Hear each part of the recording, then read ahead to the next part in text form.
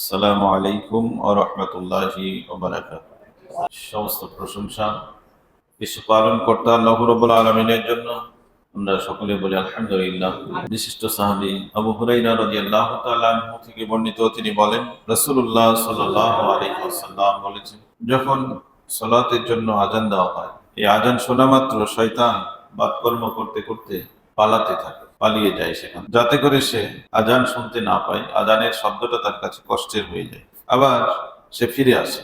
আবার যখন একামত দেওয়া হয়, তখনও শয়তান আবার পালাতে থাকে। একামত শেষ হলে আবার ফিরে আসে, ফিরে এসে সালাত আদায়কারীর অন্তরে খটকা সৃষ্টি করতে শুরু করে। বিভিন্ন চিন্তার উদ্বেগ, বিভিন্ন চিন্তা ভাবনা মনের মধ্যে নিয়ে আসে।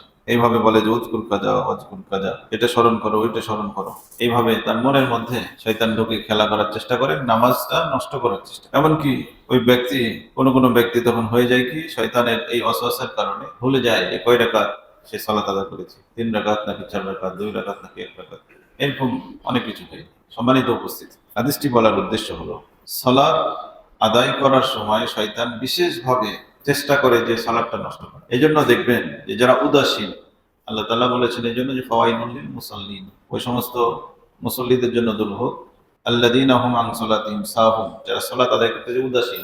উদাসীন হওয়া যাবে না, এটার নামে উদাসীন। আপনি ঠিক মতো সূরা কেরাত, দোয়া, বৈঠক, কোনো কিছু ঠিক মতো হচ্ছে না, করছেন, করতে হয় করছেন, এরকম যদি হয় এটাই উদাসীন। অনেক সময় দেখবেন যে তাশাহুদের জায়গাতে যে সূরা ফাতিহা পড়ছেন, এইগুলো শয়তান করে দেয়। এই উদাসীনতা থেকে আমাদেরকে বেরিয়ে আসতে হবে।